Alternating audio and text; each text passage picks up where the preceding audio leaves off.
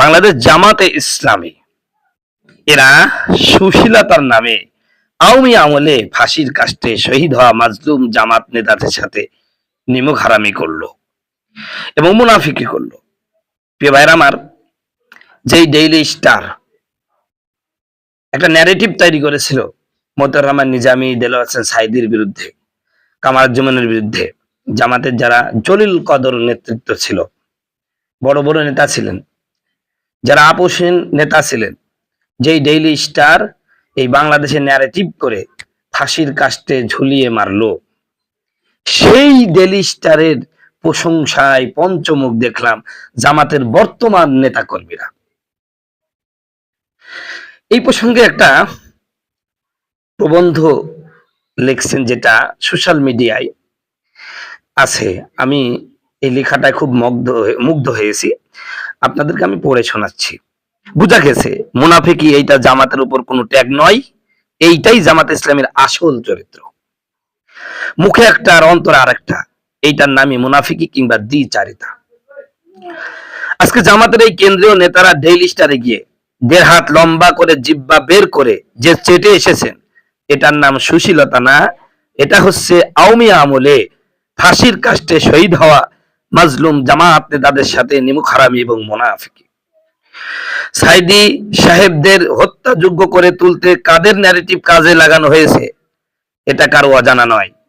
Daily star, প্রথম আলো, প্রসিদ্ধ ইন্ডিয়াপন্থী পত্রিকা, ইন্ডিয়ার পক্ষে ন্যারেটিভ নির্মাণ আর তাদের পাপার স্রাব করাই তাদের মূল কাজ। গত 17 বছর সবচেয়ে বেশি জামাতকে অমানুষের দল বানানোর কাজটা এরাই করেছে সুষ্ঠুভাবে। জামাত পাকিস্তানপন্থী কিংবা ভারতপন্থার বিরোধী শক্তি, ঠিক এ কারণেই দেশের মানুষ জামাতকে সমীহ করে। জামাতের মাধ্যমে ইসলাম আসবে এ কারণে মোটেও না। ঠিক এই জায়গাটাতেও যদি জামাত মুনাফিকি অব্যাহত রাখে, তাহলে আধিপত্যবাদ বিরোধী এদেশের মানুষ তাদের সাথে ওই ব্যবহারটা করবে বিএনপির সাথে আজ যেই ব্যবহারটা করতে হচ্ছে। ছল চাতুরি করে কোন রকম ক্ষমতায় গেলেও ইসলাম কায়েম তো এর দ্বারা অসম্ভব রকমের অসম্ভব। ছল চাতুরি করে যদি কোনোভাবে জামাত ক্ষমতায় যায়, এর দ্বারা ইসলাম কায়েম করা অসম্ভবের উপর অসম্ভব। মুনাফিকিকে যে ইসলাম প্রশ্রয় দেয় না, এটা শিবিরের মেধাবী ভাইরা কম জানেন না, জানেন। তো সম্মানিত বন্ধুগণ, আমার ভাইরা আমার, যেই ডেইলি স্টার ন্যারেটিভ তৈরি করে বাংলাদেশ বিরোধী হিসাবে জামাতকে গোটা বিশ্বের কাছে পরিচিতি করে দিয়েছিল, মানে যতগুলো পত্রিকা তার মধ্যে ডেইলি স্টার অন্যতম। অত সেখানে যে বলছে ওই যে শিশির মণি, যিনি আবরার ফাহাদের, যিনি নির্মম ভাবে যে আবরার ফাহাদকে শেষ করে দিয়েছিল, সেই সমস্ত লোকজনের আইনজীবী হয়েছিলেন।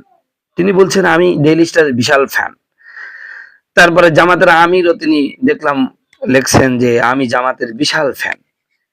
এই কি বলছে আমি ডেইলি স্টারের বিশাল ফ্যান। এই যদি হয় অবস্থা, তাহলে বর্তমান জামাত কি আগের জামাতের সাথে মুনাফিকি করলো না? সাইদি সাহেব, মোতার রহমান নিজামী, কামরুজ্জামান, আব্দুল কাদের মোল্লা, এরা যেই জামাত ধারণ করত, যেই জামাতের প্রতিনিধিত্ব করত, বর্তমান তো সেই প্রতিনিধিত্ব তারা করছে না।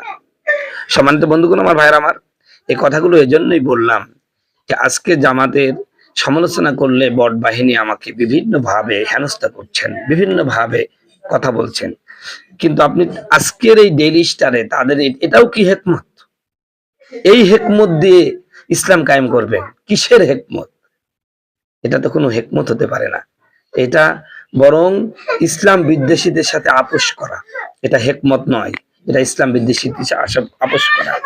এই জন্য জামাতের ভাইদেরকে বলছি, এই বর্তমান যারা নেতৃত্বে আছে এরাই অযোগ্য, অথর্ব।